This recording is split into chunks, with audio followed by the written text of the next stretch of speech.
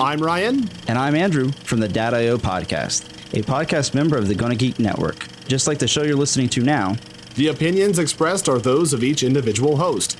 Check out all the other podcasts at GonnaGeekNetwork.com. And get ready, because geekiness begins in 3, 2, 1.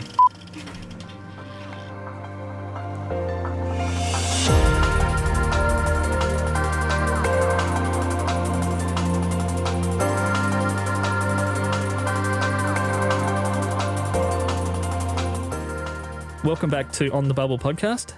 My name is Josh Liston. You can find everything to do with the show, including links to today's guest, where to find him on the internet, and all of his work at onthebubblepodcast.com. I'm really excited today and honoured, really, to be joined by John J. Joex, who is the author of 2012's Why Were They Cancelled? And also 2015 Cancelled Sci-Fi TV, 1949 to 2015. The ultimate guide to cancelled science fiction and fantasy TV shows. So, John, you're on today really to give us a pretty high-level understanding of ratings, something that I get asked more questions about than I'd like to admit. And, yeah, I don't know all that much about the technicalities. So maybe first, can you just take us through how you became interested in sci-fi and fantasy? Because a lot of what we have covered thus far on The Bubble has been shows from that genre. And then maybe how did that morph into an interest in the technical mechanics of ratings and time slots and all that kind of stuff? Thank you, Josh. You mentioned my books there, and I actually go into a little bit there. It all began with Space 1999, which I watched live when it aired back in the 70s. Yes, I'm that old. And I was already a huge Star Trek fan. Then Space 1999 came up, and I just thought that was the most awesome show ever. And I watched it through the first 2 seasons, and I figured it would just go on and on forever. And there was a magazine at the time. I don't know if you're familiar with it. It's called Starlog. I have heard of it. I'm not familiar with what it is, but I have heard of it.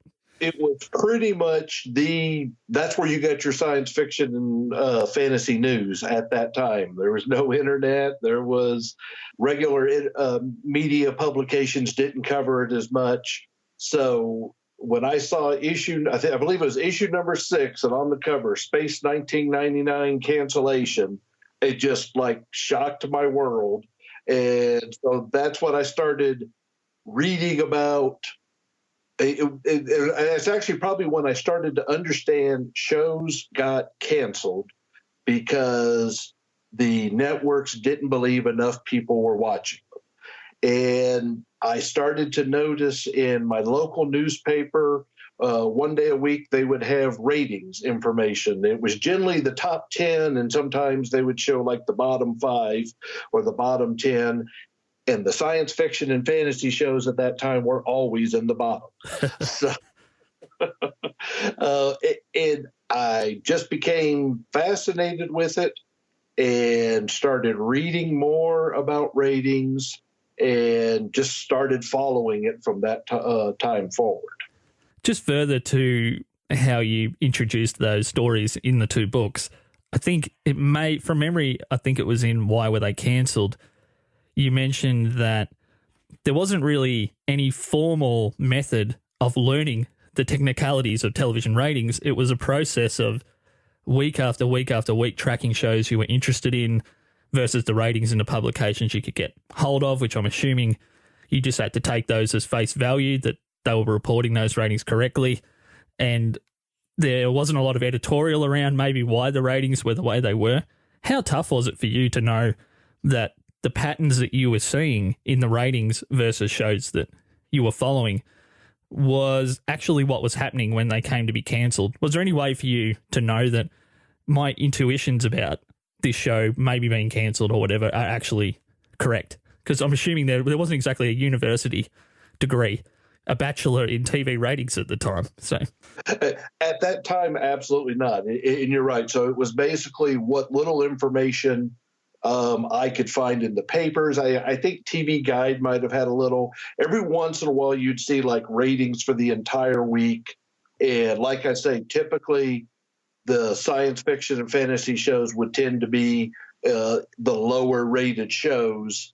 And I also the books about Star Trek and it being canceled. That's where I learned information. So it was just gleaning, exactly like you said, gleaning little bits here and there at the time. Nowadays, with the internet and all of the media sites, there's tons of information out there now. But yeah, back at that time, it was very difficult.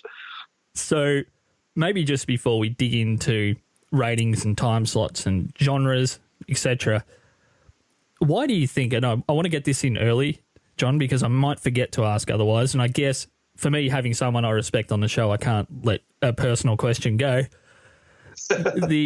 Why do you think it is that sci-fi and fantasy television has struggled so much for upfront broadcast ratings when those shows have just this long tail of interest, which I'll probably talk about right at the end of tonight, a personal example, when people can go back years and years and years later and those shows can grab people just as much, whereas other shows that were popular at the time don't have any historical long tail. Like, what is it that makes fantasy work in the long term, but maybe, or sci-fi, but not so much in the short term? Is there a reason for that? Do you have any feelings about that particular issue? Yes. The science fiction and fantasy shows, they kind of appeal to a different niche. It's one that's not well represented by the ratings. The Nielsen ratings are a sampling of the population, and that started out because at the time when Nielsen first started measuring things, it just wasn't that easy to do a large measurement, and so they sampled the population. And for years, it's been argued that their sample is skewed into more of a family-oriented group that's not necessarily the same group that might be watching some of these shows. So it might not include college students. It might not include professors, those sorts of things. So that is part of it, is that the sampling there didn't seem to capture that core group that was watching these shows, that were really devoted to them. Another thing that I believe, from going back and just, you mentioned the second book, when I compiled information on canceled shows throughout the years, just kind of seeing the patterns there, the way the networks treated shows, they understood there was actually people watching these shows. Twilight Zone did well. Star Trek did so-so when it aired live and then became a phenomena in syndication. So they understood there's people watching them, but they couldn't quite figure out, okay, how do I slot these in to get people to watch these shows when I've got my other shows that I know everybody's going to tune in for? So they would throw darts or whatever to figure out how to schedule those. It didn't work a lot of times. Wow, that's super interesting. And I'm sure you'll be able to correct me if I'm completely off base with, I have a theory which goes along with the facts that John's just presented there.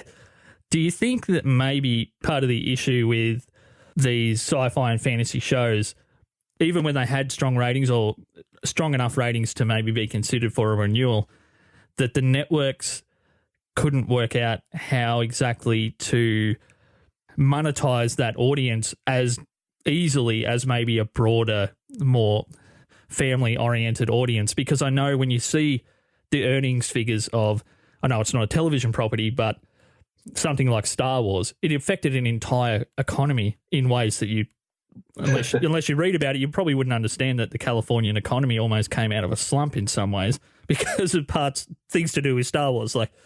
But it's almost like a self-contained universe. The money-making potential of a Star Trek is the follow-up audience and sales and merchandise and conferences, and obviously at a grander scale, the movies.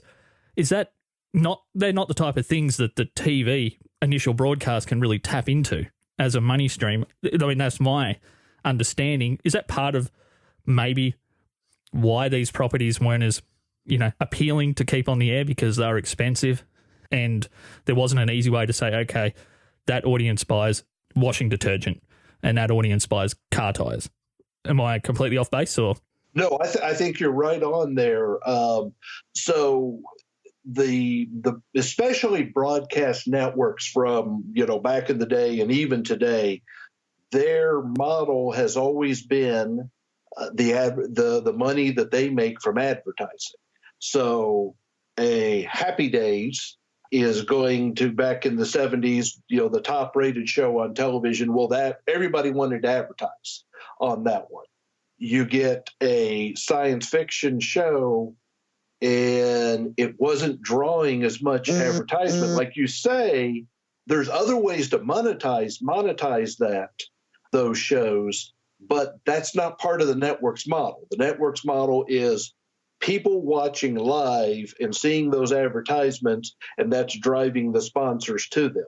So that's really an excellent point, actually, on your part, that those shows, even something like Battlestar Galactica in the 70s, started out as a top 10 show, and then CBS did some counter programming and put I think it was All in the Family or Archie Bunker's Place against it, and then that impacted its ratings. So it started to drop down, and it was an expensive show to produce. And ABC's model is advertising while it's airing, not selling toys or something like that for that. They get a little money from that, but that's not the way they're built to for their revenue stream and for gauging the success of a show.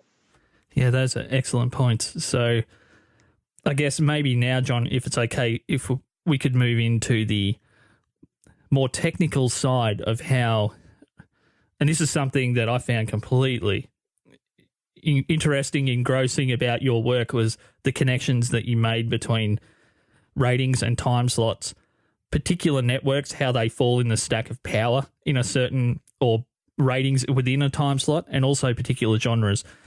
And I think it might have been in Why Were They Cancelled that you introduced that idea of certain times of the week requiring a different level of ratings that may have been completely satisfactory for renewal at a different time of the week. Can you just take us through? I'm not sure what they call it in North America, but I guess in Australia it would be called a rate card. I'm not sure how you guys would describe that same thing where certain shows have to perform in a certain way at a certain time. So a lot of this kind of goes looking back. Things are changing a lot on that, but we're still, when you look at like the broadcast networks and even some of the cable networks, this still does apply. So, for example, a show that airs on a Monday night here in the United States during prime time, the networks are typically going to be expecting a certain level to consider it a successful show. And we're talking mostly the big four networks, ABC, CBS, NBC, and Fox. The CW is sort of a different animal there. Those shows, and when you get into the numbers, it gets really kind of kludgy there because those numbers are changing all the time. But a Monday, Tuesday, really Sunday through Thursday, there's a certain expectation. Friday has become a lower viewership night, so shows can do well on that night. Can have lower numbers on that night and still be considered to be doing well enough to survive. So for some examples, right now there's the MacGyver reboot. I don't know if you really consider that sci-fi fantasy. I've watched a few episodes. It's running around a 0.8, 0.8 of one rating point average this season, and then that's probably going to be fine to get that show renewed. But then On Tuesday nights, the Gifted, which is the Fox series, which is a X-Men spinoff, that one's averaging about a 0.6, and it really looks like it might be done. And also on Friday night, NBC has the Midnight Texas, which was a summer series. Then they moved to the fall, they moved it to fall, and it's on Friday nights. It's only averaging a 0.4 rating right now, and it's NBC's lowest rated show. And even though it's on a Friday night, I don't think that one's gonna make it. Yeah. So just for a little clarification, and please stop me and correct me if I'm wrong here, John, one ratings point from Nielsen is the equivalent of 1 million viewers. Is that correct? It is a little more than 1 million. I haven't seen the most recent numbers, so that each year they reassess it. And the TV by the Numbers used to always publish it, and they haven't been doing it as much. But yeah, it's one around. Let's just to make it easy, let's call it 1 million, and that's also 1 million in the 18 to 49-year-old demographic. So it's within that range. It's not total viewers. It's within that range, which is supposedly the range that most responds to advertising. Which I've always found a little strange, because I know a lot more 55-year-olds than I do 45-year-olds with a lot of money. But we might move on from that. The way ratings work now, does that also encompass, I guess, what I've heard it called 7-day cumes and different things about delayed watching? Does that include any amount of delayed, or is that broadcast numbers now? Is that still just who watched it live, a contemporaneous audience that happened to be watching during the broadcast, or is there other numbers that are filtering into that total? That is pretty much the live. Okay, so the same day is if they watched it that day. So they could have watched it on a DVR that day. That will get included in there. But anything after that day is not included in that same day number. The number that the broadcast networks still pay most attention to, no matter what they'll tell you. They'll say, oh, no, we look at the delayed viewing. Yeah. The first number you look at is the same day. Yeah, and I guess there's probably a reason from their side that they might not feel confident that whatever embedded advertising is in the delayed viewing is actually being viewed at all. Is that why they exactly discount those numbers? Yeah. Right. From their point of view, I guess that makes sense. Not that I think it makes sense from a higher level question whether a show is good enough and has enough total audience to, be cancelled or not. But I guess they have to think about it. But yeah. So just before we move on from ratings, I just wanted to maybe throw another situation out there. And this is for a show that, in retrospect, the end of the second season was quite good, but overall it wasn't the most fantastic show, which was the Shannara Chronicles. And right. I think I liked it more because I loved the book so much, and the character of Al-Anon and the character of Eritrea were so perfectly cast that I couldn't get over the fact that maybe the show itself wasn't that great, because they were it's like someone plucked those two characters out of the book and put them on the screen in how I'd imagined them. Al-Anon was not at all how I imagined him, but I agree. He did the guy who did him did a great job on that show. Yeah, I mean, Al-Anon's described in the books. I know we're going on a small tangent, but he's described as a very thin, 7-foot tall man with a very deep voice. It's probably pretty hard to find that human being out there that can actually act. Manu Bennett did a very intense, and then by the end of the season he was playing the two main characters almost simultaneously, which was also great. But yeah, so maybe my impression of the show is a little bit slanted because I love the source material. But that started on one network, which was MTV, and I think they might even been getting a 1.2 at one point when it first came. I know that the ratings weren't abysmal, but they probably weren't world beaters. But then it got moved to Spike TV, and also there was no transitional advertising. And then when it landed on Spike, I don't think that there was any backup advertising to say, hey, in case you didn't realise, we did move. The show dropped, I think, down to nearly, I think it was a 0.25 or 0.26 within the first few episodes of season 2 and never really recovered. Like, what responsibility did networks have for making what, in retrospect, seemed like a really poor decision? Like, if you're taking a show and then you're moving it to an unfavourable time slot on a different network altogether, is there any onus on the network to actually make that? To us, it seems so sensible that if you're going to move a property, not to just a different time of the week, but to a different place altogether, that maybe some transitional promotion might have helped? Or are we just expecting too much of these executives? I don't think that's expecting too much of them, because I agree with you. That one was on MTV. Now, the 1.2 rating that you mentioned, I believe that was with the delayed viewing. The live ratings weren't as good for that one, but that show, as I recall, grew by 100 to 200% when you brought in the delayed viewing, and it appealed to a younger audience, and that's typically the way you see it. So when they moved it over to Spike, and part of that was MTV was moving away from scripted programming, and Spike is they're all part of, I think it's the Viacom network. So it was a sister network. But they moved it to there. They put it on a different night. As you say, they really didn't advertise that. And so that killed the show. Now, there's things that maybe we're not seeing. I know that show had international funding in its first season. Some of that may have changed, and it could be by the time it got to Spike, they didn't have the same international deals, and Spike could have just said, "Okay, we're just gonna air this out and get rid of it." It happens. Yeah, I guess the thing I found most confusing was that unless the whole intention was, we're stuck with this thing for some contractual reason, let's put it somewhere so we can cancel it when we want to.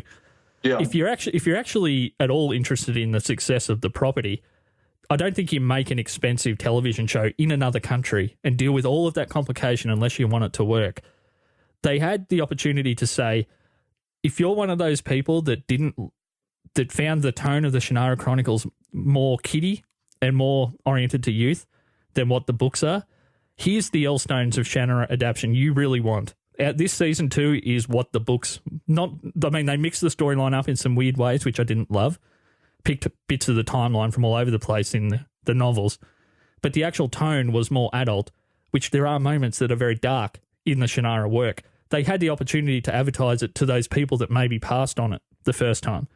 Yeah. And that didn't happen either. So I think sometimes, I know from being, a manager in day-to-day life, that there's quite often a list of priorities, and things that seem really, really important to a subset of people sometimes just get missed because, they are human beings at the end of the day. And I'm by no means, if you've listened to this show, a fan of forgiving people at networks for bad decisions.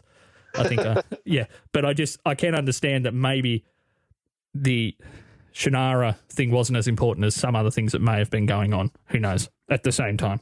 But yeah, that just seems like one that sticks out to me as a really weird way to give up on a show. Sci-fi is bad about this as well. They tend to Sci-fi, the network. They tend to advertise their shows in the first year, but then after that, they're on their own. I'm not certain if you ever watched Dominion, which was on for 2 seasons.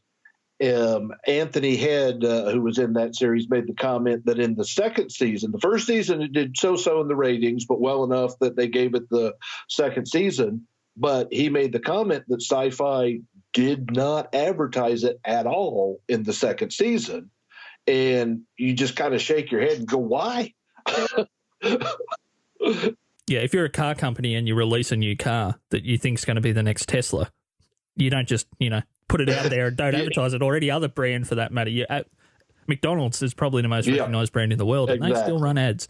So you've got to you have to remind people that things are there. So I think we may have talked enough ratings and stuff now, John. I wanted to just finish up with something maybe a little more fun, if that's okay. And I may bring this segment back for future guests when I do have them on. So here's the pitch. And I'll give you my show in a minute once John's presented his. If you could bring back one show from the past, extend that show for one extra season, and deliver that show onto whatever network or platform of your choice, or wherever you would. You're only going to prefer, give me one. which show would it be, and where would you put it? Okay, let me think. The obvious answer is Firefly. But you know what? I'm not going to go with the obvious answer. I'm going to go with a past favorite, and that would be it would be one that you could actually bring back as a reboot now. That I'm going to go with Max Headroom from the 80s. Great show. It was over the top, subversive, funny, dark at the same time. It ran for 2 seasons, 2 short seasons on ABC, another one that was killed by the network. And it would have to come back to like Netflix or Amazon, one of those that'll let the show have the freedom that it needs. And I think I think that it would fit in real well today. And that would be a good one that I would suggest bringing back. And that's a good one. My elder brothers have talked to me about that show. I'm not sure how back in the 80s, because they're quite a bit older than me, I'm not sure how they got hold of Max Headroom, and I'm not sure how they even saw it I'm not sure if it was even broadcasted down here. It might have been on VHS or something at the time that their friend sent over from the US. But I guess for me, and this is going to come as no surprise to anyone who's listened to the show, mine would be the Sarah Connor Chronicles. And it's not just because, other than Firefly and Battlestar Galactica, it's a top 3 favourite show ever for me. It's because I've seen it happen so many times in my own just little circle of people asking me, Josh, why do you love that show so much? And then I ask them, did you ever watch it? I'm like, nah, I had an idea of what it was, and I don't think I wanted to watch it. And I'm like, well, just give it a chance, because it's not a Terminator movie. It's nothing like, other than the very first episode, it's nothing like what you think it's going to be like. And then they watch it and come back to me and say, wow, that was really good. That show is completely different in tone and writing quality than I expected. I'm like, yeah, it is. And a lot of people have discovered and loved the show since. So I know that it has some long tail in terms of people looking back and actually liking it. And I know also from first-hand knowledge that the season 2 cliffhanger is still breaking hearts 10 years later, because that is one of the all-time gut checks, that particular cliffhanger. And I guess it would have to be on Netflix, because I know that Terminator was one of the shows that has benefited from a very large global accumulation of audience over time, more so than maybe. Obviously, it was a very expensive show at the time. Yeah. I think it may actually have been the most expensive show on broadcast television at one point, I think in its 2nd season. But that's the show for me, and it's not just because I love it. It's because I know that people who... You could watch the 1st season and the 2nd season, and they wouldn't feel dated if you had a 3rd season, because the show was very well produced and the writing was... I don't know what to call that time, but it was one of the few shows to me that was a transitional...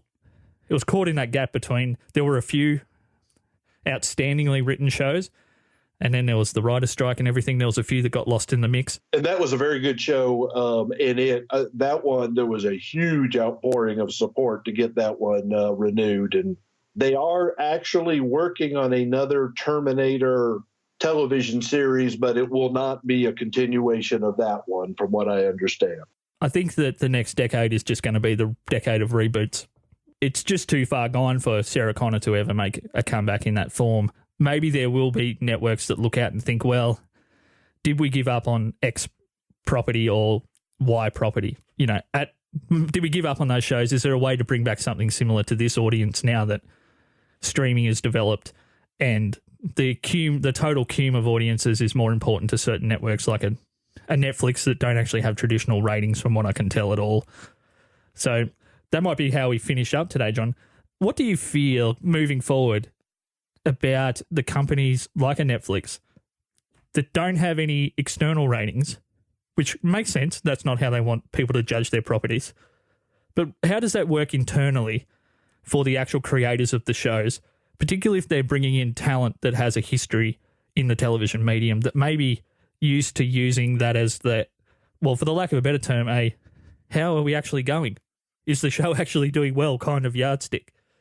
I think it's a good direction because the streaming services, for the most part, seem to be supporting their shows and giving them usually at least 2 seasons. Now, we do have the issue with Netflix just recently starting to cancel off their Marvel shows, but that's a little different situation with Disney moving to its own streaming service and all of that sort of thing. So I guess with not having to worry about the traditional ratings, and I think this also works really good for science fiction shows because, as we know, the audience doesn't always watch live. The audience that watch science fiction tends to want to watch when they want to watch. So, okay, if they didn't watch it, when it was first released, but if they watched it within that first week, then Netflix sees that. They see, okay, yeah, the people are watching this sort of thing. And so you talk about the creative talent. I think they feel they have a little bit more freedom, a little bit less pressure. I'm saying this not knowing apps. I haven't been working on any of these shows, but from, what I've read, they don't have the pressure of the network looking over them with the ratings numbers saying, hey, these aren't where they should be. The streaming services are definitely the future, and I think it's a much better place for science fiction and fantasy shows to be on because I think they'll perform better there. Yeah, and maybe just lastly, do you think, maybe not the greatest example once again, but do you think with a show like Shannara, for example, that has a book heritage, which I think that book series, I know it's well into the tens of millions, and I know that Terry Brooks has sold about 50 million books or thereabouts. So he's a prolific author. Those are big, big numbers, and not all of those are the Shannara story, but a lot of them were. Do you think that it's more important for a show like that maybe to be born within a Netflix than to be redistributed by Netflix?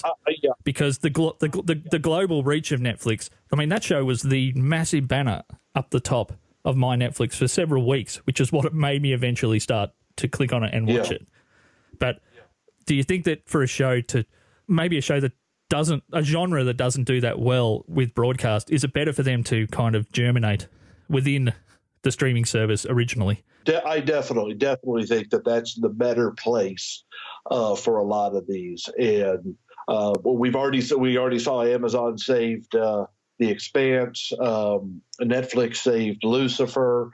So I'm thinking that we're just seeing that those are just being a better home for those. And like you say, they start out there, they're going to get better promotion from them as well.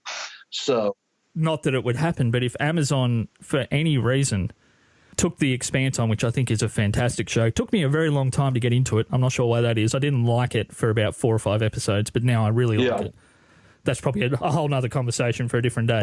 But if they drop the ball and don't let people know that it's on there, then that's not going to be great for the show, regardless of whether it's been saved and has a big budget.